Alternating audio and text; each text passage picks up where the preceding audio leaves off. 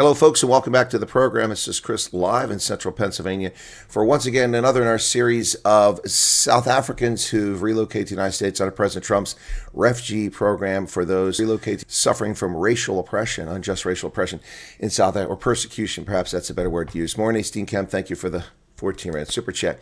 Our guests today are Genevieve and her son, who've relocated to the Peach State of Georgia, and they're discovering what life is like down there in Georgia. Genevieve, good day to you. Welcome to the program. Hello, everybody. So, what's your son's name? Sorry, I didn't catch that when we were chatting. You may have told me that, but I've got a zillion things on my plate. I'm Damien. Damien, okay. So, you guys came over in late September, is that correct? Correct. So, what's it like in Georgia? Oh, I love it here. The autumn was beautiful. Oh, fall was beautiful. I definitely enjoy all the trees around. Environment's very nice. What about the people? I mean, what's it like? We've heard that early on from some social media commentators in America that you would be hated when you came here and no one wants you here and the people will be mean to you. How have they been? Have they been mean? No. Nobody's been mean. Very friendly, very welcoming, very helpful. Generally very nice. I find everyone very approachable. They are very accommodating. Yeah. Even at the checkouts in the supermarkets. No problem. Well, I like. We've shifted into wintertime now, so I'm just curious, how do you keep your FEMA tent warm? Are you burning wood? I was expecting the tent in your backyard. No, I said nobody's coming to my backyard. You should have been listening to that. No, you know what? We've got a 2-bedroom apartment now. Initially, we were just temporarily placed in a 1-bedroom until the 2-bedroom went open. So, and the heating works just fine. It's actually blowing right here. If you were here, you could hear it. Okay, on your videos, you talk a lot more. I'm going to need you to talk a lot more, so it's not just me asking questions, tell people stuff. But so where did you guys come over from? Can you tell us where you're from in South Africa? I grew up in Limpopo, in a little town called Bela Bela. So I'm actually from the Bushveld area. However, my son, he grew up in the Garden Route in George, where he went through school. Yeah, I spent 9 years there. Moved around a lot, but that's where I was in the same place for the longest amount of time. Yeah, moved around different houses, but same town.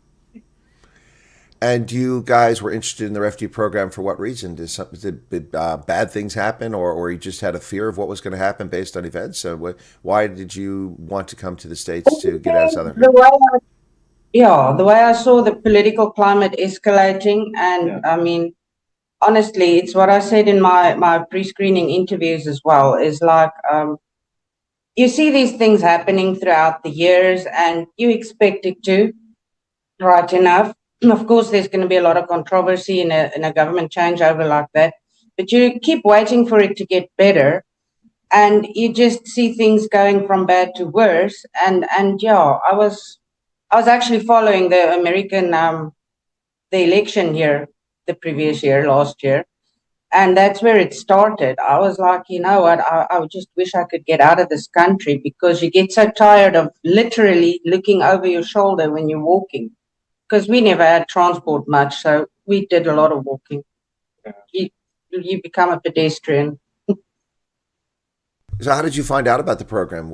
Did you see it on the news or did you find out about it on the radio, read about it in the newspaper? How did you find out about this program initially? Well, as I said, we actually started following American free media at the time of the elections. So that's where we had got wind of it. I don't think the mainstream media did much on it. I doubt it. And your experience, you had to go for interviews. What was that like? How were the interviewer people? Were they friendly or are they stern? Did they ask you, I'm assuming they asked you a lot of questions.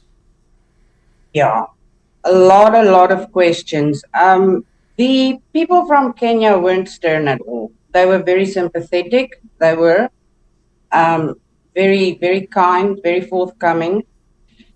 The USCIS seemed like a bit more stern, but not because of, they were more official, I would say. Yeah. They were also sympathetic. I've heard from people who'd had even worse experiences than ours that they had to recount. I heard accounts of them being very sympathetic. So, but the interviews went well. I can't say, I can't complain about anything. You? Yeah, no, they were very professional, and yeah, they were very accommodating as well. Nothing negative to say about that. It was just tense going through everything. So it was just a lot of talking, and Yeah. it's not fun. We ended up having to recount the same experiences like 3 or 4 times. So that's not fun. Yeah. But it's part of the process. So yeah, there's no complaints there, honestly. So your son is an adult, and I presume you had 2 cases or 2 that were submitted, and they must have linked your cases so you could wind up being resettled together at the same time. Can you tell me what I got wrong there, or if I got that right? That's right. Our cases were separate, and they linked them because we are closest related family. And well, they first asked us if we would like our cases to be linked, so we then agreed to that, so that we would come over together at the same time. Yeah, honestly, the lady who contacted me first, she seemed very shocked because that I was all on my own. I wanted initially to have the 3 of us, my brother included, my elder brother, all going together as a unit, which he wasn't close enough. They wanted next of kin to link the cases. So she asked, is there anyone else? I said, my son. Initially, they got it wrong. They thought he was still underage. So they were going to put us on the same case and put us through the whole process together. But when it turned out by the second time they called that he was already an adult, they said, okay, fine. He has his own separate case. He's getting his own phone calls, his own interviews, everything. But they're linking our cases, so we're doing it more or less together. So up to the point where it was pre-screening, we even had separate calls and had to relate our separate experiences. So when you went through this process and you actually found out you were going to come over, what was the reaction like? I mean, you got confirmation at a flight. I imagine that was probably an exciting day for you, or at least a stressful day. Yeah, pretty. I didn't know until the evening when he arrived home. They didn't actually phone me. They phoned him. He got a phone call. He was working late, and they phoned him while he was still at work. Yeah, I was still at work, doing normal things that I would be doing more or less around the end of the day. And then they phoned me, thinking that they phoned my mother as well. So when I got home and told her about it, she was completely shocked. I was ecstatic. I mean, I was expecting in my mind to hear from them in a week or 2, and this was barely a week after our final medicals. Yeah, it wasn't even. The medicals were on the Monday, right? Yes, I believe so. And this was on the Wednesday evening. Yeah. And the flight date was for 5 days hence. Oh, wow. Just 5 days after you did your interviews and medicals, you were, I guess they were trying to get a number of people out of the country before a certain period of time. That was what we were talking about previously. Yeah, that's the impression I got. It happened very fast. The last 3 weeks of the process, just every week it was 1 or 2 things. To the point where we actually even the MIE screening, what's that called again? It's just like a background check. The background checks, what's that referred to as? They call it MIE? Yeah, MIE. The MIE checks. We somehow skipped that. Biometrics. Biometrics is the word they use, yes. Which we were stationed in Centurion at that stage, and one of the head office of MIE is right there. So we were given in the pre-screening, which is the second to last interview you have, we were given a number to call, which we did, and they promptly made an appointment for the very next day after we found them. And I swear to God, a half an hour after I put the phone down there, I got a call from Church World Services asking me how I was faring. They were happy hearing that it was going to happen the next day. So the flight is a rather long flight. For a while, it was the I think third longest scheduled airline flight in the world when you're coming one direction, because it's like 14 and a half hours one way, and it can be up to 17 the other direction based on the wind. But what was that like? I mean, that's a long flight. I've done that far too many times, and I don't look forward to it. Well, if I remember correctly, when we got on the plane, the time said 15 hours and 25 minutes, so it was a pretty long flight. I'm the only one that has in the family that has flown, except for my grandmother and my uncle. So it was my mother's first time. I didn't have too much of a problem with it because I usually used to travel a lot on the bus on my own back in South Africa, which is usually anything from 16 to 17 hours traveling from George all the way to Joburg and back. So, but for my mother, didn't enjoy it that much. It was a very long flight, so but I was okay with it. So Yeah, since you it's didn't a enjoy it, scramble. since you didn't enjoy it, tell us about your experience on the flight. Then your first time ever flying. I mean, if you're going to fly, it's a lot easier probably to fly from George to Cape Town than it is to fly from the South Africa to the U.S. And your first time, you get on one of the longest flights in the world. Yeah, that was quite something. Typical me. No half measures. Go to the extremes. Yeah, there's a point of interest here. See, I'm not as lucky as Lily. I haven't quit smoking yet. So that was quite grueling. 16 hours all the way. Mhm. And first, I was afraid I wasn't going to get to sleep, which would make it easier, which I did eventually. And then, because of lack of a stimulant, 2 hours before we landed, I wanted to stay awake because now I'm going to miss the descent if I don't. And then I had a hard time staying awake again. So was badgering the air hostess for coffee like an hour before they served it. Well, I don't know what they cost in Georgia because I don't smoke, but I know that in New York City the cigarettes are like $26 a package, and it's odd to me because when I was in the army in the early days back in the '80s, you could buy a carton of cigarettes for $3. A whole 10 packs for $3, 30 cents a pack. So, has it been a sticker shock for you buying your cigs there in Georgia? A little bit. It didn't go up to $26 a pack, I promise you that. The most expensive brands I've come across are probably your Marlboros and such, which are anything up to $12 before tax. But I came across a cute kind of cigar, like a little tiny thin slims, which is actually a little bit cheaper than the cigarettes. I pay $2.84 after tax for a pack of 20s. It's a lot. It's an expensive habit. Somebody's asking a question in chat. What do they do if people snore a lot? Well, we just reach over and smack them in the face while they're on the plane. No, no. Once I do get to sleep properly, which is sometimes I have a hard time, but once I do sleep, I don't think a world war happening around me could wake me up. No, I slept. It was just uncomfortable. So you don't actually sleep tightly. Yeah. Yeah, it's not comfortable to sleep. I don't know if anyone's ever said that it is, but it's just not.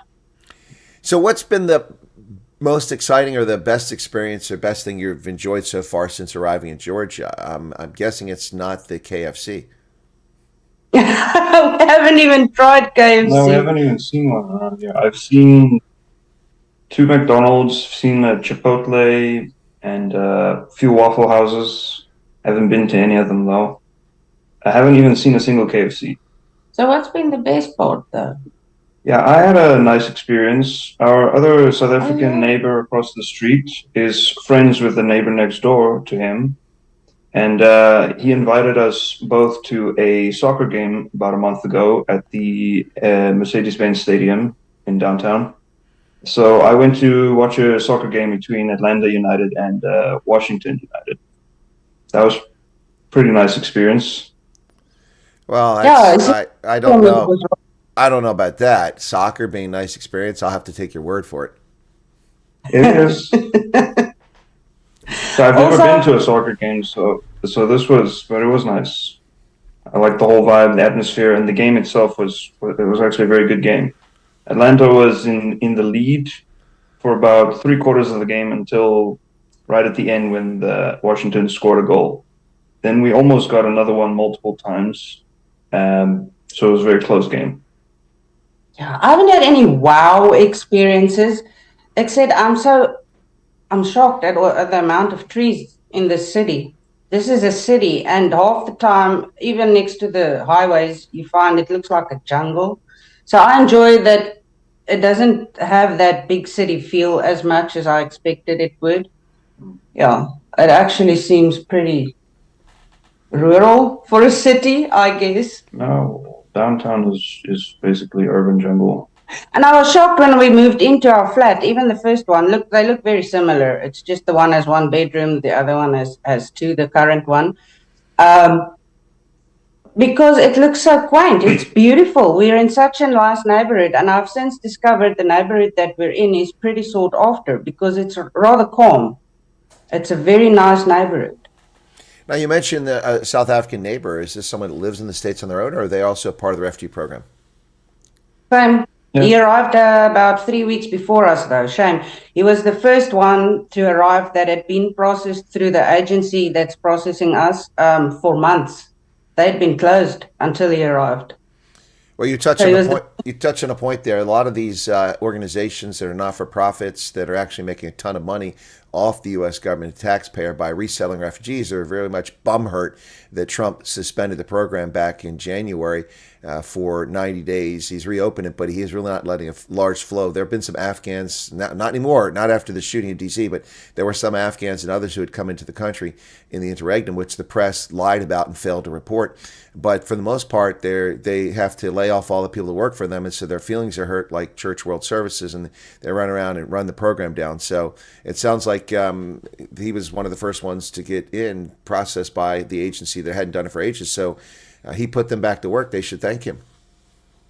Yeah, probably to the point where we arrived, like we said, about 3 weeks later. And when they received us, they were like, "Oh, we're so excited. You're the second and third one to come through here in months. And we've been so bored. We're just so happy you're here." Like our reception here was also brilliant. I can't complain about that either.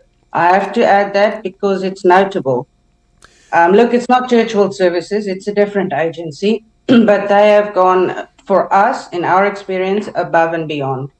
They've really been very accommodating, yeah. Well, that's a question I wanted to ask because we've had mostly good experiences. Thea had a fantastic experience where she was relocated at.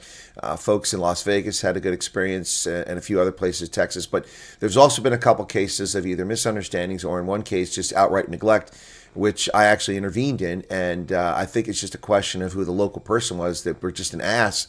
And they just didn't, for whatever reason, they were bigot and racist and didn't like the fact that South Africans had come over, rather than the usual people that they take over. So I actually reported that person to the organization. And on a Sunday, the regional director in Austin, Texas, showed up at the place where the refugees were at with food baskets and $400 in cash because they'd been abandoned a few days prior and given bad information. So we helped sort that problem out. But for the most part, it seems like the refugee assistance officers are doing a pretty good job. Sounds like yours did a good job. I'm guessing, tell me what I get wrong. I'm assuming that when you arrived, you had a stocked fridge with some food in it, and you must have gotten some cash assistance at some point. So you can, and did they show you how to use the transportation, things like that? Tell us a little bit about the experience with the refugee assistance officer. Yeah, on the day we arrived at the airport already, as you leave the entranceway or the gateway or whatever they call that from the airplane, the terminal. As you leave the terminal, there's someone there to get you. We arrived with, I think, 2 other South African families. Those were parents with big kids, teenagers. They each got sent to different states. One was Texas, the other one was, I think, One was Austin, California. the other one was LA. Yeah, Austin and LA. So that was pretty nice. You never feel lost. There's always someone with you guiding you. As for our caseworker, he came to our hotel room on the day that we arrived to come and meet us and just show us some of the ropes. The guy that drove us there, I just refer to him as our guide. He's in logistics, but he does a lot of the driving around. He actually went into the Quick Trip, which is a gas station store, a local one, and he bought us each a nice coffee we could have chosen something else if we wanted. We wanted coffee. He bought that for us. We got given a check each of a few dollars to get by on, quite a significant amount, just to get by. That's like a welcome check, which we cashed, I think, 2 days later. Same guide. He drove us to the appropriate place, helped us through the process. We cashed our check. And then we had a few dollars on us to get by with until some of the other perks started coming through. Yeah. Oh, and the fridge was fully stocked with some fresh food. They put lots of fruit and some food that you can cook. And they also brought us later in the afternoon, early evening, on the first day that we arrived, to the hotel, delivered a warm meal for each of us, a cooked meal that they'd bought somewhere at some place that they know well. Yeah. Well, that sounds to be in stark contrast to what the experts on social media in South Africa have told me since the very beginning about this program. They said that you would be unwelcome in America, that you would be living in FEMA tents, that you couldn't do this, you couldn't do that, that no one's going to take care of you. Now, look, this is short-term assistance to help you get started, but nonetheless, it seems like people went out of their way in the U.S. government and with the Kenyans who processed you, and with the Refugee Assistance Officer to make sure that you were processed, approved, transported, arrived safely, taken to a place to stay, got a more permanent place to stay, and we're set up for success. Would you agree that's a fair assessment? Absolutely. And we do still send in work applications weekly through the agency, and we're expected or encouraged to do it ourselves. So we each have a resume online, which we post and forward to places and fill in some forms and whatnots online. Yeah. We haven't had any successful report backs. No, we haven't found a job, but they're helping us. So how long did it take to get your Social Security cards? Did you apply from South Africa or only when you arrived in America? Soon after we arrived, I think about 2 weeks into it, we each went, they took us together. We went to apply at the appropriate place. Offices. Yes, it's I don't remember the name of the offices. I think it's got to do with. Anyway, yeah. It's shocking the contrast between here and South Africa. I just couldn't believe it. Half the place had open seats, and there was this person walking around, this employee, making sure everyone was where they should be. And then she says, okay, they're going to start doing this thing or that thing. I can't remember what, to try and make sure the place doesn't fill up too fast. And I was like, what? There's like maybe 5% of the place has people in it. So the efficiency is in stark contrast. But the Social Security cards arrived in the post. There was a bit of a setback with his, a bit of a hold up.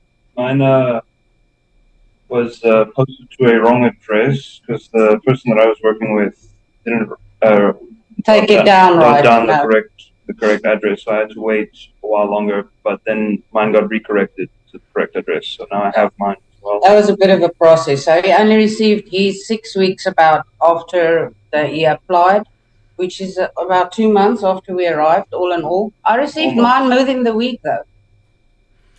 Well, I have to say that I guess I'm glad to hear that things are moving, bureaucratically at a decent pace and efficiently in Georgia. Not a place that a lot of us up north think is that efficient. It's down in the south. Lots of stereotypes about how slow things move in the south. But I'm glad to see that worked out pretty well.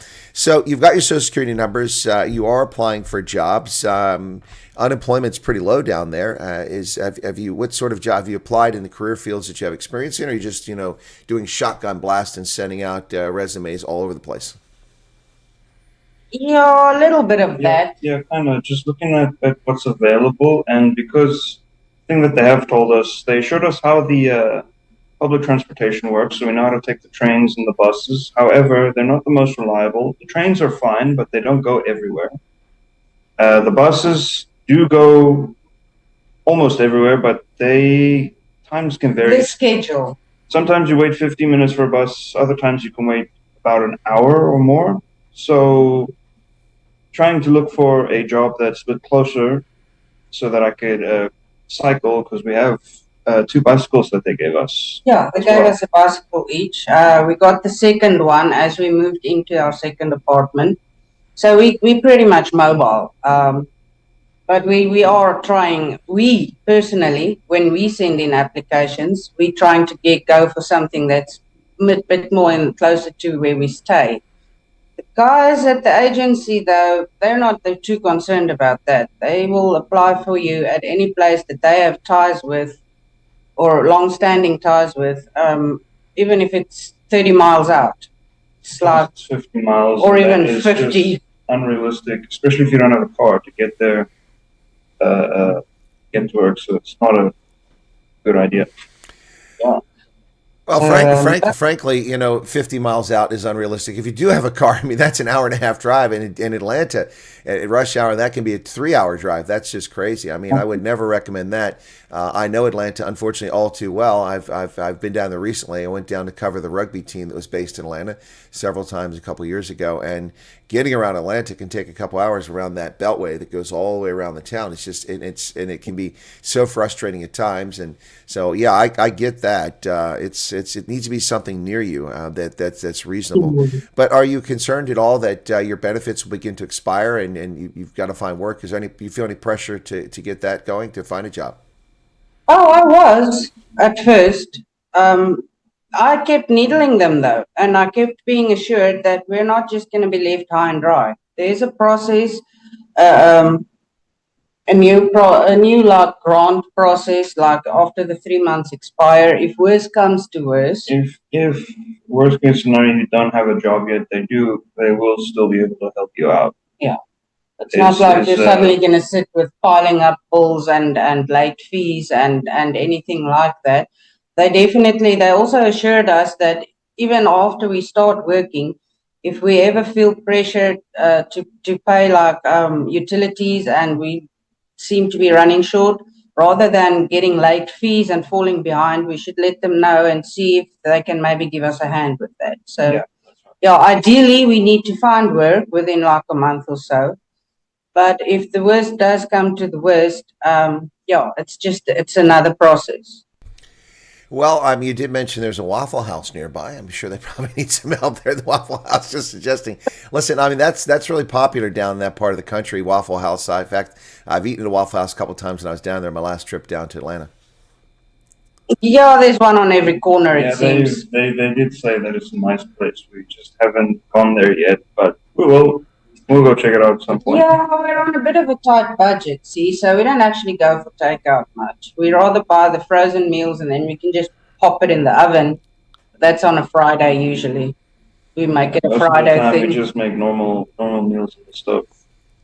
So in the process, since you arrived in the States, what has been the most challenging or difficult thing so far? Is it a culture adjustment? Is it the lack of transportation? Although you said you got bicycles get around, you seem okay with that. What's been the most challenging thing for you? Because I'm sure that it's not always a bed of roses. I mean, you're starting your life over in an alien place, a welcoming place, but nonetheless an alien place. And look, I've moved to 16 different countries and lived in them, and all of them have their challenges. Not everything goes perfectly. So at least you know the language. That's a good start. And the culture is similar. So what's been your biggest challenge? Well, I can tell you what, we do know the language, but some of the terminology, I thought I was pretty good at that, because you watch the American movies and you think you're all clever. There's a lot of terminology we are not aware of yet. It's just different here. And the Deep South accent does catch you off guard quite often. I have to really put my ears out, and then he's better at that than I am. I'll be like, what did he say? Yeah, I've always been, in a general scope, been very good at understanding people that others have difficulty understanding. Yeah, he hears people better somehow. I don't know. So that's been a little bit of a challenge. And then honestly, I get overwhelmed a lot easily. So traffic, like you mentioned the traffic is crazy here. I did not expect that. I mean, it's just one of those things you don't think about, I guess, not knowing where you're going to end up and all. Traffic is hectic. You have to really, people around here drive like maniacs as well. And I say that with a good heart. I do, but they really do drive like maniacs. You have to be very aware. And then honestly, the product lines, there are so many products. You walk into the store. This is why I started making videos about it on my channel. It's because you walk into a store and you literally don't know where to start. Every product is something you don't know. You have to literally stand and look at the ingredients to make sure it's the same thing that you've had or that similar to what you're looking for. It's like, it is, the culture shock is a little bit in that sense. You realize you're in a different country once you start going around and trying to buy tech or at least window shopping and seeing what there is. And You then, can quite literally say they got a bit of everything. yeah. You need to be very specific with what you want. Yeah, and if you're not careful, you get something other than what you were looking for. So you have to be pay close attention to the products. Yeah. So the terminology, that obviously, yeah, I get that, let me explain why that's the case. You see, unlike England, where English was created, or South Africa or India, in America we speak English correctly. So that's why. Oh, you think, even though they didn't create English, but okay. Well, I mean, listen. I mean, R2D2 is a robot, okay, not a traffic signal. Just saying. I did that the other day by accident. I stood at the traffic light and I said something about the robot. You should have seen the person next to us look at me. That was quite funny. I have to just stop myself when I'm making the bicycle videos. Like, it's not a robot, it's a traffic light. Well, I mean, for the South Africans who are trying to watch your videos, I'm sure they'll get it. But the Americans will be like, "What is she on? Quaaludes? What is she talking about?" If I do ever make that mistake, I'll just correct myself. I'll inform the Americans that we do that in South Africa. We call them row. I don't even know who started that, whose bright idea that was. Yeah, but anyway, we've known that all our lives. It's called a robot, but nobody tells us why it's like that in the first place. So, what's that? It's a robot. Why? The worst part is the Afrikaners actually make an Afrikaans word out of it becomes a robot. Robot, gotcha. Well, we're about to enter winter here in North America. In Georgia, winter's a lot milder than it is up in this part of the country. But I imagine the temperatures have dropped a little bit. Are you adjusting well to the temperature? Is it too cold for you yet, or are you just okay? No, so far it's okay. It became cold like, what was it, Sunday first time? We had the one cold snap, which was pretty freezing a few weeks back. But it only started actually getting cold a few days ago, hardly a week, maybe a week ago. And so far it's tolerable. I know it will drop some more, especially towards Christmas is what I've heard. But we hardly ever get snow. And I find that tolerable, yeah. Although my mother is not so friendly with the cold, just like she'll I'm really not. crumble if a cold breeze blows a little too hard. I think I'll be fine generally. I usually always have been, even though cold is not something I'm a big fan of either. But He wants to move up to Colorado to see the snow. Colorado, North Carolina is where I want to. Oh, North Carolina. Yeah, but that's mostly because I want to go I want to go visit the USS North Carolina battleship. Oh yeah, his war machines. He's really into that. Yeah, I like my World War II stuff. Well, in fact, you're right. The USS North Carolina is moored right there in Wilmington, North Carolina. I've been to the ship. My sister used to live in Wilmington, North Carolina. And what I can say about Wilmington, North Carolina is I came back from Germany in 1994 in September. And I picked up my car on the East Coast, and then I got petrol in Maryland or Virginia. I think it was Northern Virginia. And then I didn't get out of the car again with the aircon running until I got to North Carolina about 4 hours later. I stepped out of the car in Wilmington, North Carolina, and I was like, it was so humid, so darn humid. So, I mean, that's the thing about the South. If you don't like humidity, you're not going to like the South. Now, I've lived in Georgia myself as well. I lived in Fort Gordon, which is over by Savannah. That's a lovely area. That's where the Masters tournament takes place. That's a very big golf event every year. one of the big events. But the North Carolina is interesting. I'm not sure how you get there from Atlanta, maybe a bus or something like that. But I think you would enjoy it. It's quite an interesting ship. Yeah, I would like to go and visit because I like history so much. I'd like to go have a look at some of the museums as well. I want to go check out the USS Missouri as well. I'm not quite sure where Missouri is from here. I'll have to look at the map. Well, Missouri, it's kind of in the center of the country. It's on the Mississippi River, and it's located about midway up the Mississippi. So a little bit of a drive from where you're at, but not that far. It's probably actually maybe closer than I am to you. But you've also the state of Missouri is there. I'm not sure where the USS Missouri is at, if it's even above the water somewhere. But if you're interested in World War II things, also you get a chance. Wright-Patterson Air Force Base in Ohio has probably the world's most impressive aviation museum. Massive indoor facility and lots of World War II, World War I aircraft, original aircraft are in there. It's pretty impressive. Unfortunately for me, I only had a mobile phone with me, which didn't have the best quality camera last time I was there, which would have been around 2014, unfortunately. The phones I have now are much better, so I have to go back and get some better pictures because, it's an amazing place. But it's good to see. There's a lot of stuff. We also used to have something called the Confederate Air Force. They've changed their name now because they didn't like the term Confederate because the Confederate States. They also do flying shows with World War II vintage aircraft that take place around the country every year. So pretty exciting stuff if that's what you like. Lots of museums here in the U.S. Definitely, probably a number one place that I would like to go check out because I'm a huge fan of all the different types of aircraft. I do lean have a bit of bias towards the German aircraft. I really like their designs, more the fighters. So their bombers are not the best. That's where the US and the British take the cake on that one with the Avro Lancasters, B-29s, B-17s, that type of thing. But yeah, definitely something I'll go check out. Well, there's a few German aircraft in that Wright-Patterson Air Force base, including the Messerschmitt Me-262, the first jet fighter that was ever produced. A couple others, a couple Henkels and things. But most of the German fighters we destroyed. I guess we won the war, so most of them were destroyed. But there are a few around. You'll find a few in Europe, but that's not really going to help you. So let's get back to your story here. Guys, going forward, are you happy with your decision? You both seem to be very healthy, and you're doing well. Are you happy that you made the choice to apply for the program and come to the States? Oh yes. Yes. I've never looked back. Never looked back. The biggest decision thus far in my life, and I believe it was the right one. Firmly. No, for sure. Love this country. Gotta say that. I love everything about what I've seen. Yeah, I do. Is there anything from South Africa that you're missing at this stage? Probably just my friends that I had. That's Yeah, about it. some of the people that aren't over here. Didn't have many friends to begin with. And them I already saw quite a few years ago. It was the last time I saw them in person. So it's now going to be even longer before I see them again at some point.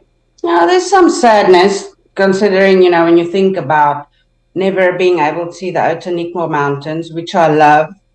Again, never having been back to the bushveld for 15 years before I left. There's a little bit of nostalgia, but having seen the country go down that badly in 30 years' time, there's really not a lot to miss, honestly. No. Well, that's kind of sad to hear. I mean, I love South. It's an amazing place, but I do agree with the decline in the country just across the board: the roads, the ports, the behavior of people, the work ethic, the availability of things. It's really a sad situation. But let me ask you this question. I mean, what's it like living with your mom? I got the impression you were living in different parts of the country before you came over. I just said you moved back in with your mom. Is that stressful? No, because I've been. See how it works is we've always lived. The whole family always lived in the same house. So I was always living with my mom, always with my grandma, with my uncle, even my cousin for quite a few years at some point. I consider him as my younger brother. That's how close we are. So living with my mom alone is actually much better than it was because it's just us two. And we don't cross each other's boundaries. We have great respect for each other, help each other out. And, it's no issue at all. Well, that's excellent to hear. Sean Griesel, thank you for the 70 Rand Super Chat. Clouds are gathering, folks. Ladies and gentlemen, let me address something very quickly, if my guest could indulge me for a moment. As far as things, a lot of people keep coming and saying they've gotten rid of all their things, they're stressing out. I appreciate if you own a business or you own a farm, you own a property or house that you want to dispose of it. But I have cautioned people all along that until you have travel dates, you are not in the program. And provisional approvals don't mean it's time to just liquidate everything. It's your decision. It's a call you have to make. But you have to understand that call could come in 5 days. That call could come in 5 months. And, disposing of all your things and then sitting around complaining or being upset that you're not going somewhere is not the right approach. It's a difficult situation to be in. I understand that and I appreciate that. But also put in mind that the refugee program isn't designed for people who come from countries in country. It's designed normally for people who are fleeing from a combat zone or something similar. And we're usually dealing with third countries. There are exceptions. Cuba, Bosnia and Herzegovina, those were in-country refugee locations. South Africa is an in-country refugee location. So this is a rather unique situation. Not unprecedented, but unique in that it's not often done. And therefore, the program is not designed to move at a pace that suits you. The program is designed to move at a pace that takes care of as many people as possible in as reasonable time as possible. And that's why some people are going through these snafus. So I would caution people, what I did tell people from the very beginning is if you're interested in this program, it's a great time to unclutter your home. Start getting rid of things you don't need. You got an extra TV in the house that you don't use, try to sell it, that sort of thing.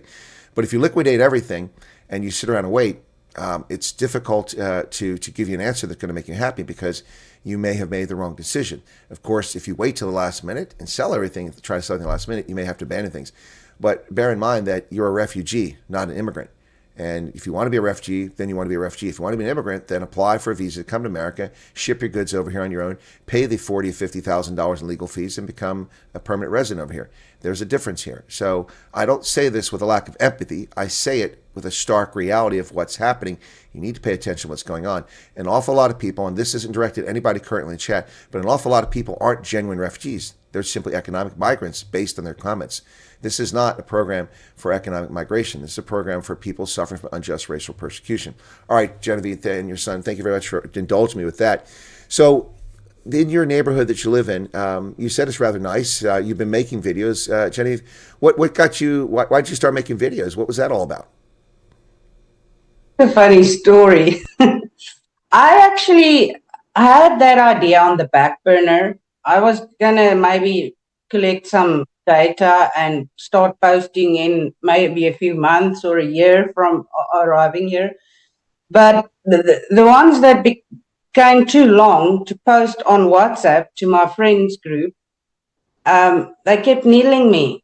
The one lady specifically kept needling me, like, post it on YouTube. We'll all go and watch it on YouTube. And I'll be like, okay, fine, I'll do it. It seems like a lot of work, which it didn't turn out to be, by the way, but I'll do it. I'll do it for you guys. So that's kind of how that happened. It wasn't initially targeted at a larger market. However, having wanted to be a YouTuber for years, it's kind of playing into my hand. Yeah, it's kind of it's working out the way that I would like, because I was spoiled for choice. I had too many things that I couldn't decide what to start a channel on. So there we go. That's how that happened. I did it for friends. And now I'm doing it for anyone because my reaction has been good to it. So I was like, okay, well, maybe someone out there that's a little bit unsure can go to bed feeling better about it, something like that. So what kind of reception are you getting? Are people responding well? You don't have any nasty trolls? Oh, there'll always be trolls. Gosh, my favorite ones are the ones that keep telling me out of South Africa how many Black Americans are loving it to migrate to South Africa. Yeah. They're just enjoying it. They're just having a ball of it. And I'm like, okay, well, you can keep them since they're probably the kind we might not want here in that case. If they want to go live in the crime-ridden crime hub of the world, it's like, good. Go for it. Well, go ahead. If they want it, they can keep it. Some of them say that, you're going to regret it so much. True, I get that sometimes. And they're like, no, I don't regret a thing. I even got one that said, I bet your house in South Africa was much nicer. I'm like, no comment. Actually, no. Yeah. Whether it was or not, completely irrelevant. You can't win that one, because if you say it was, they're going to be like, I told you. If you say it wasn't, they're like, oh, that's why you came over. So some of it you just need to have a very thick skin with, I guess. Just ignore them as well. Yeah, true. You No, need to ignore the one. I think you're absolutely spot on about that. You can't win with this sort of thing because there's some people who just bitter Betties, and their whole life is about bringing down other people and lying about things. Look, a lot of these racists, because that's what they are. They're racist. They hate people based on their skin color. A lot of these racists are just ignorant asses who think that everyone lives like Johann Rupert does or Patrice Motsepe in a big luxurious mansion if they happen to be white. I mean, that's their expectation. I mean, I've known Africans who've arrived in South Africa from elsewhere in Africa, and they see white people begging in the streets of Pretoria, and they just utter shocks and dismay, looks of dismay on their face. I mean, white people begging? No, white people have everything. They're rich. I mean, that's just utter nonsense. That's a very common and unfortunate misconception. True. One of the main reasons we left, because like I mentioned, being a pedestrian a lot, that's like wearing a red target on your head. No, like one of the common examples is when you used to go to the shops, somebody would ask you for money, and if you refused, then they would look at you strangely because you're white. So That's if you're lucky. You to have money. Sometimes they just get aggressive. Meanwhile, you just barely have enough for yourself and your own people, your family. So I never could understand that. Like, yeah, you're literally going to buy bread with your last money until the next few cents come in. And then they're like, well, look at this white idiot, doesn't have money. Yeah, and that's just because of work. Work availability was just... Yeah, it's just that I really, really wish it wasn't like that. Well, Atlanta has a large black population. Has that created any tension for you? Have black folks been rude or unfriendly to you at all? I mean, I'm sure you've encountered black Americans since you've been in Atlanta. Oh, yeah, most of our neighbors are. Yeah. No, nothing, none of that. No, but wait a sec here. I got to address it. Let me put both of us on the screen same time here because I want to see your reaction when I say this. But I mean, look, I've been told by authoritative social media commenters in South Africa that the reason that these white South Africans are leaving South Africa is because they're racist. But wait, you've relocated in a neighborhood that's mostly black? And you have smiles on your faces? I don't believe that. Come on. They've approached us, the black ones specifically. They've approached us. They've introduced themselves. They've offered a helping hand if I need anything. They're very friendly, and I quite like their attitude a lot. They like the type of energy they have. They're very entertaining. Yeah, you'll see the bus. It'll be the black guy that chats you up. That starts a conversation like, you'll hear the accent when you greet him, and he'll be like, where are you from? Are you from Australia? I get that all the time. Everyone thinks Australia. I have no idea. I don't know. But yeah, no, the terribly racist black people have been totally approachable towards us. She said that sarcastically for those stealing the content. That was sarcasm. Yeah. Yeah. Not everybody gets sarcasm. So where are you doing your shopping? And I think I saw something about one of your videos about going to Walmart. Yeah, we've been to Walmart and Kroger multiple times. Each store has something that I like more than the other, but I can't really have any complaints about either of them. They both have a wide variety of products. I think Walmart has more in general. Walmart does have more variety. Yes, a lot more. Well, but both of them are generally very nice. No unpleasant experience with shopping there at all, and you always find what you need, so it's good. I'm just waiting for the weather to turn because now it's gone cold and rainy, and then I'll probably do another shopping run. Yeah, it's raining outside right now. I'm going to try the Dollar Tree this time, though. I've been having requests for that. Well, if you are waiting for the weather to change before you go shopping, the next time I speak to you, you'll be rather emaciated because the weather won't change until spring, which won't be until April. No, I'm just waiting for the rain to let up a bit. Okay, the rain. I thought you meant the cold. I mean, it's not that it's all that cold in Georgia. It's raining. It's now raining for the next few days. Yeah. According to the forecast. Well, guys, let me ask you this question. You've been there for a few months now. You're adjusting. You're getting used to the terminology, as you said, the lexicon, the different uses of the words. Your neighbors you find interesting and friendly and entertaining, and most of them happen to be black where you live. And you've discovered the stores. You don't do much in the way of takeaways because money's tight, of course, and you don't regret coming over here. And we've talked about what you miss from South Africa, which unfortunately doesn't seem like a whole lot you're missing other than friends. You're not missing anything else there. In your wildest dreams, both of you, did you ever imagine that you would not be living in South Africa and that you would wind up in America? No, not at all. I didn't imagine myself leaving the country until I was about 16, after my aunt and them moved to Ireland, and then I wanted to go there as well. But then this whole thing happened, so I decided that it would be better for me to come here. And then from here, I could practically do anything. Yeah, no, this was a shocker. I mean, look, this is important, okay?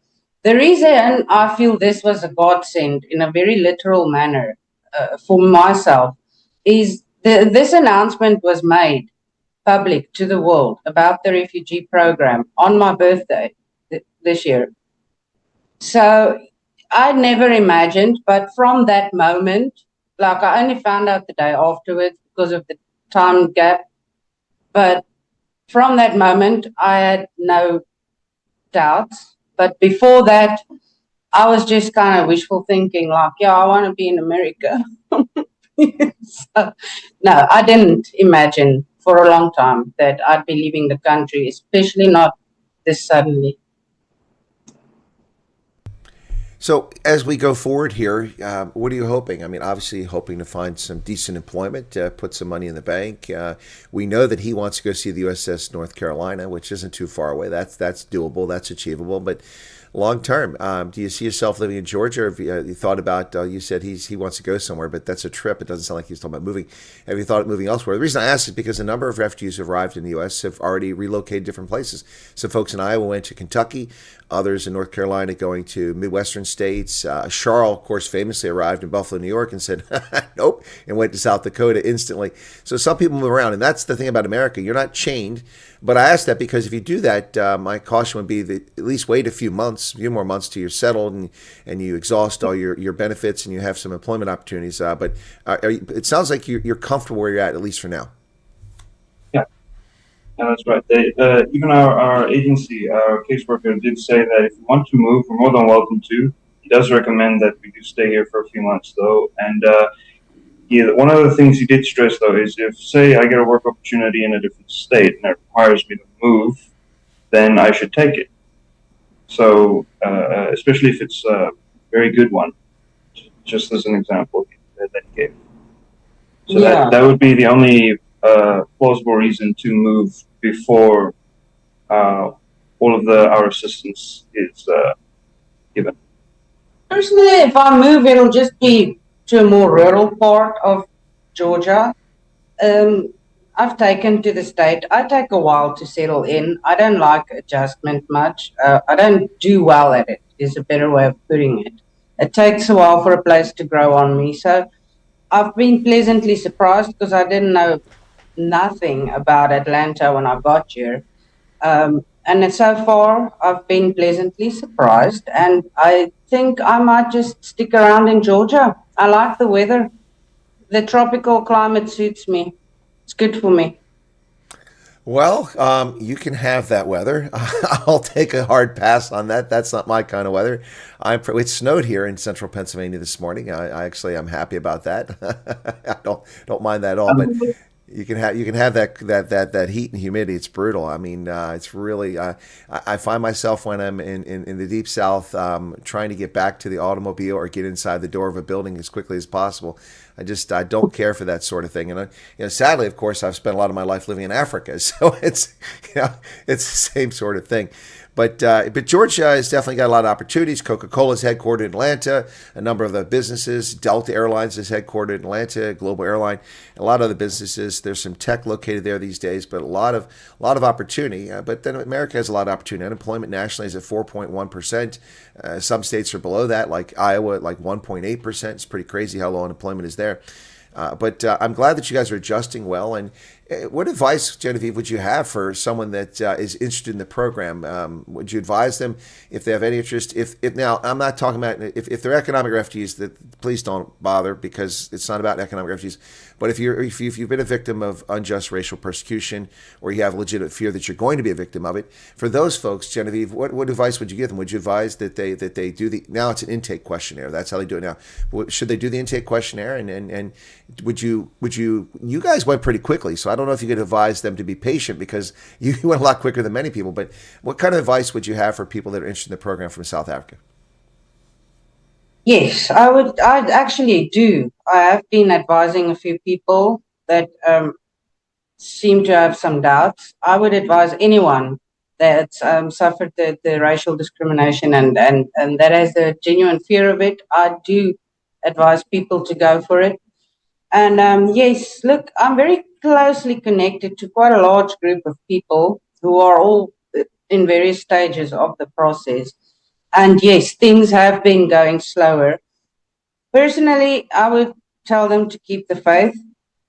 Don't rush it. Just stay calm, take a breath. It's happening. It is absolutely happening. We don't know of anyone that has been turned down yet. We haven't heard of anyone. And like I said, it's quite a large group of people I'm in contact with currently. No one's been turned down yet, to the best of our knowledge.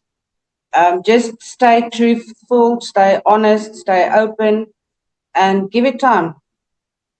Give it time, just patience, yeah. It's happening. Yeah, the hardest thing is to be patient. So that's all you can do. If you feel like it's taking too long, just you have to I wait a used bit to longer. purposefully take my mind off it as if it hadn't happened yet at all, and just do what I would have done if it hadn't happened. Just go on with my life. Just to stop myself from overthinking and getting tense, and yeah. Just do your thing, do your life, and stay patient. Keep the faith. Do the questionnaire. Absolutely. Well, do you have any worries? I mean, I worry about the price of things here in the in central Pennsylvania, but that's a consequence of 4 years of Joe Biden and destroying the energy markets and this green energy zealotry and all the other stuff. So I have concerns about that. Everything that I buy costs twice as much, but now you're arriving, it's already twice as much. So, but do you have concerns about prices or what it costs, or how are you finding living? Is it? I know there's not a lot of cash right now, but are you finding things more expensive or less expensive than they were in South Africa, bearing in mind that you're living near a major metropolitan area? I avoid converting things back to rands. That'll drive you crazy. You're going to think that this is the most expensive place ever lived if you do that. I promise you, you should not convert it. If you don't, and you start to look at what the salary market is like and what your utilities might cost you, if you start to look at it that way, like what's your income expectancy, what's your income expectancy and the expenses. And the expense, yeah. No, this is not this is not expensive. Especially, I've heard from people who've been living here for years in Georgia that Georgia is one of the most inexpensive states, especially as far as living, housing goes, and utilities. Yeah. It's very affordable. They say it's not over the top. So no, I don't find it an expensive experience. I think it's doable. Like when I was back on the other side, it didn't seem doable. It didn't. I would, on my own, with the salaries I used to be able to generate, never have been able to afford a place on my own, which is why I ended up staying with my brother for the 2 years before coming here. Yeah. Well, what I was getting at is from a standpoint, of how much of what you have do you have to put out, and that's not trying to convert. And that's good advice for people. Don't convert dollars to rands. Don't go look, because most South Africans would live even people who think they're wealthy in South Africa would live in poverty in America based on their income. Their income doesn't match but then incomes here are at a much higher level, generally speaking. The per capita income in America is $78,000 per year. Now, obviously, not everybody makes $78,000 per year, but that's a median income. So $78,000 per year, just to put that in perspective, even at 17 Rand to one, is 1,326,000 Rand per year. Now, if you lived in South Africa, I bet you could live like a queen for 1.3 million Rand a year, couldn't you, Genevieve? I don't even know what I would do with the money if I had that per year. Yeah, per year, that is a lot of money that you earn per month. You I had could no live idea what to, comfortably. yeah, I had no idea what to do with that. No, you could have a nice bed and a bunch of pets and children if you wanted to on that kind of afford it income. all in South Africa, yeah. So I don't have much concern. Sometimes it creeps up because of, I guess, still because of trauma in South Africa. Like, will I be able to get the right income? Will I be able to afford what I have now? But that is not a huge concern now. This is the country of opportunity. This is the country of free enterprise. There will be a way. We're going to start out with jobs, but I don't think I was self-employed for too long. I don't think we're going to continue working in day jobs for that long. At least not me, speaking for myself. No, I got you. No, I just was trying to put this in perspective for people because I know very few South Africans that make over 1 million Rand per year. And most Americans I know make that much money. Not all, obviously, but most. But the difference is that the cost of things are different. But I think what you're getting at and what I'm trying to get at here is people need to stop focusing on that. Generally speaking, you'll be able to make enough money to, as long as you live within reason, to live a comfortable life in most of the United States. Those who fail tend to be people who either don't have the right work ethic or do not apply themselves. But of course, it always comes back to excuses. But usually that's the reason why people don't do particularly well. But those who pursue an education, those who have the thrift, those who have the drive and the entrepreneurialism or the energy to succeed in America tend to succeed. There is very little hold you back here except yourself. Absolutely. I agree 100%. So, guys, I don't want to wrap this up. We have a huge audience right now of 750 plus people. Let me just double check and see if that's still how large it is because my streaming software doesn't quite match up with my studio. Yeah, we have over 745 people currently watching right now, and thanks to everyone who's here. But only 435 likes. The least you can do, folks, is hit the like button to help us out here. Folks have generously donated their time on a Sunday to speak to you and share their experiences. So please hit the like button. Even if you didn't like what they had to say, hit the like button. It won't kill you. But guys, I mean, I'd love to stay here and talk for 4 hours with this kind of viewership and run up the numbers on the channel, but that's not what we do. So let me just get to this, and I want to thank the chats. There's a couple of super chats coming. Let me do it that first. Jacques Dreyer sent 100 Rand super chat. Thank you. He says, thank you for the continuous stream of quality information about the program and the lived experience of those who've embarked on the program. Well, we certainly try. And then Byron L says, 140 Rand super sticker. Clouds are gathering. Cool bigs. What's this? Ask about a romantic interest. What? That's from a woman. What? Ask Genevieve about romantic interest. I'm not going to do that. If she wants to jump in on that, she's welcome to do that. But anyway, so I don't want to wrap it up, but let's go ahead and give you guys a chance. Is there anything that we've not covered? Any oddities? Any frustrations? Any really cool things that we've not covered? Because I think I've covered pretty much the gamut of the things I usually ask. Is there anything that we need to discuss with people that they should know before they participate and or come over, or once they arrive, once they arrive, like you don't carry a snake in your pocket. That's a bad idea. Just a piece of advice. Anything you can think of? I'm trying to think. Keep an open mind. Have no expectations. Don't have. Don't have low expectations. Have no expectations. Keep a clear, open mind, and you will find that. I don't know. I think it's a lot about one's attitude. If you have a right attitude when you arrive here and you don't expect the worst and you're not all tense about everything, then that's going to reflect back to you. I find the efficiency and the approachability of people wonderful in general and in our agency as well. Yeah. And my advice would be have no expectations. See what you get and be grateful for what you get, for sure. Well, gosh, it almost sounds like you're suggesting people fly by the seat of their pants. No, that's not what I'm saying. Is why I said don't have low expectations. Just go into it with an open mind. Is all. overthink. Yeah. Because that's a problem from anyone right across the globe. That if you always overthink about something, it generally doesn't lead to any positive results. So even if you are stressed about coming over, about everything that's going to happen, about how your process is going to affect you personally compared to others and their processes, just try and stay calm as best you can, which is probably one of the hardest things you can do in a situation like this. But it helps a lot to stay focused on what you want and not necessarily what's going to happen. I can also add, while you're still there, be proactive in South Africa as far as tying up loose ends, making things neat. Like you said, in a responsible manner, you can start getting rid of things. Just making sure that everything is officially on the documented side as it should be, and try and just stay calm and prepare yourself.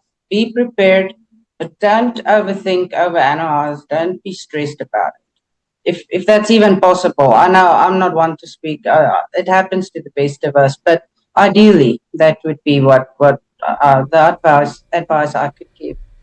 Well, Genevieve and Damon, I want to thank both of you for coming to the program. Bye bye, Donkey Cannibal. I really appreciate it. But also, I want to say that I really appreciate now because we still have a continuous flow of idiots in South Africa trying to undermine the program and lying about those who participate in it. So it does take a bit of courage to come on the program and speak. And I'm just curious, Genevieve, you reached out to me. Why did you reach out to me to come on the program? And did you just want to help others? I mean, what prompted you? Because at this stage, we have about 600 or more South Africans who come over. And I've interviewed about 15 of them. And a lot of them only know about the program because of my efforts, but they're not calling in to offer interviews. So I'm just curious, what prompted you to ask me to get you on the air? This also started happening not only after I launched my channel. I've had a few friends who said they think it'll be good for people if we had an interview with you. But there was one of your moderators actually that reached out and said that he thinks you would do it. I kind of had the impression you'd be too busy. Like, why would you want to hear from someone like from us? What makes our case so unique that people would want to hear it? But I kept being asked by this guy on my channel and someone else also, and then some of the people who are still in the process, who I'm very closely connected to, kept encouraging me to do it. So that's how that happened. Eventually, I'm like, okay, fine, I can just ask, you know. Well, and I'm happy to do it. I've not turned down anyone who's offered to do an interview that's a refugee coming over from South Africa. And the reason I do it for the audience, it's still here, which is pretty much still the same 743 out of 745. The reason I do it is because people need to hear true experiences from those who've gone through the program. And I really do appreciate the opportunity to have these conversations. And who knows, Genevieve, I've actually gone to Alabama and met Earl and Jay Langton and their family. I've actually gone to Twin Falls and met Willem and Cara and their family, and also met other refugee families up in Twin Falls. And there are some refugees that arrived in Pennsylvania recently whom I will most likely be meeting in person sometime in the near future. So who knows? Maybe I'll get a chance to meet you guys. Probably not at the USS North Carolina. I've been there. I've done that. I've seen that movie. But maybe in Atlanta sometime soon. And for me, that's a really interesting thing to do, is meet folks who come over here. So that's why we do it. And it gives a lot of people comfort to hear these stories, because most people seem to get themselves worked up into a tizzy. Because Genevieve, you're not the only person who doesn't deal with change very well.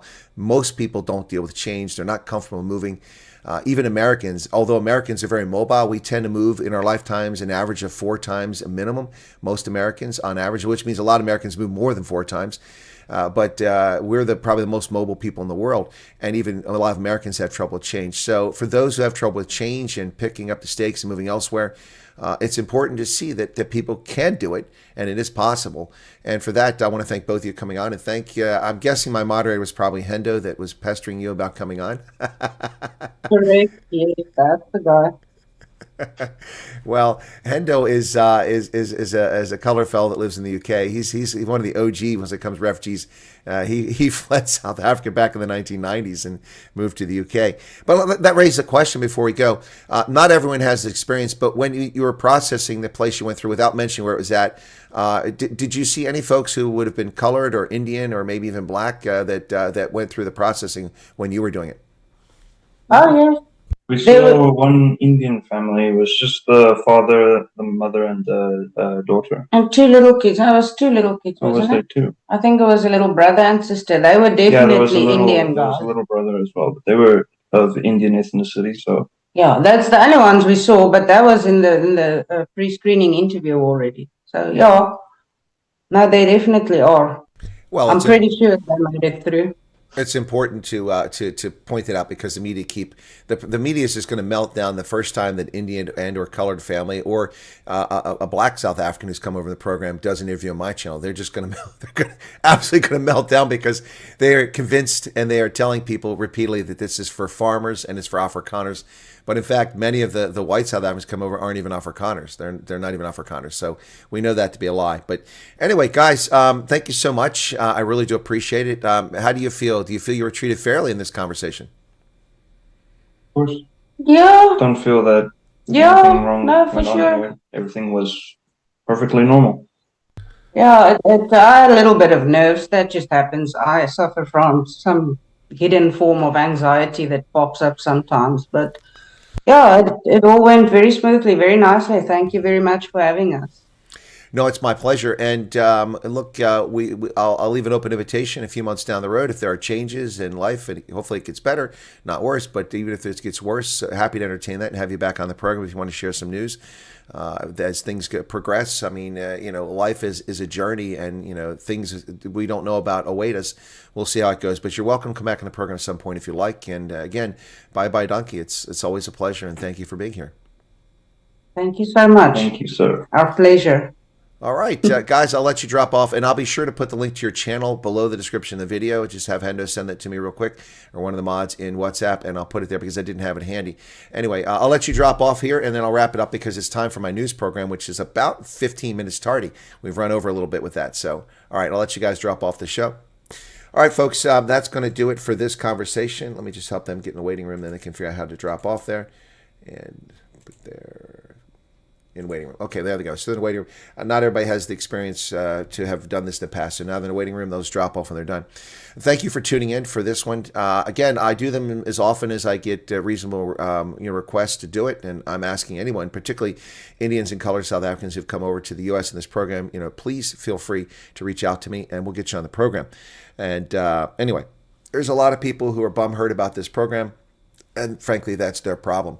If things are so great in South Africa, then people wouldn't mind people migrating. People from all over the world move all the time. Americans move to South Africa. Americans move to Germany. Americans move to Japan all the time.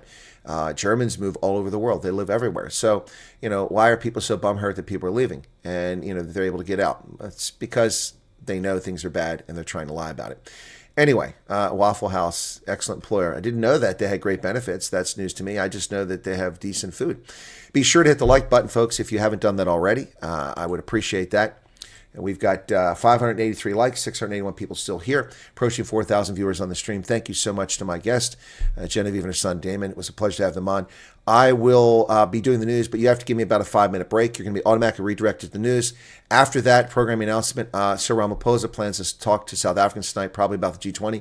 I will be covering that live, and then we have the refugee chat. So it's about a 4-hour stretch for me. So give me about 5 minutes to get up, use the loo, come back, and do the news. So don't run away. You'll be redirected to the news. It'll be about a 5-minute interregnum. Appreciate it. And we'll get through the news very quickly before Ramaphosa comes on and makes us wait a half hour for his tardiness. All right, folks, that's going to do it. Thanks for being here. God bless. And once again, thanks to my guest. It was a pleasure to have them on. And don't forget, tomorrow, Steve Hofmeyer will be on the program at the same time. Same bat channel. Yep. Steve Hofmeyer will be talking about music tomorrow. The influence of artificial intelligence and so on. Tomorrow on music. All right. Cheers, folks.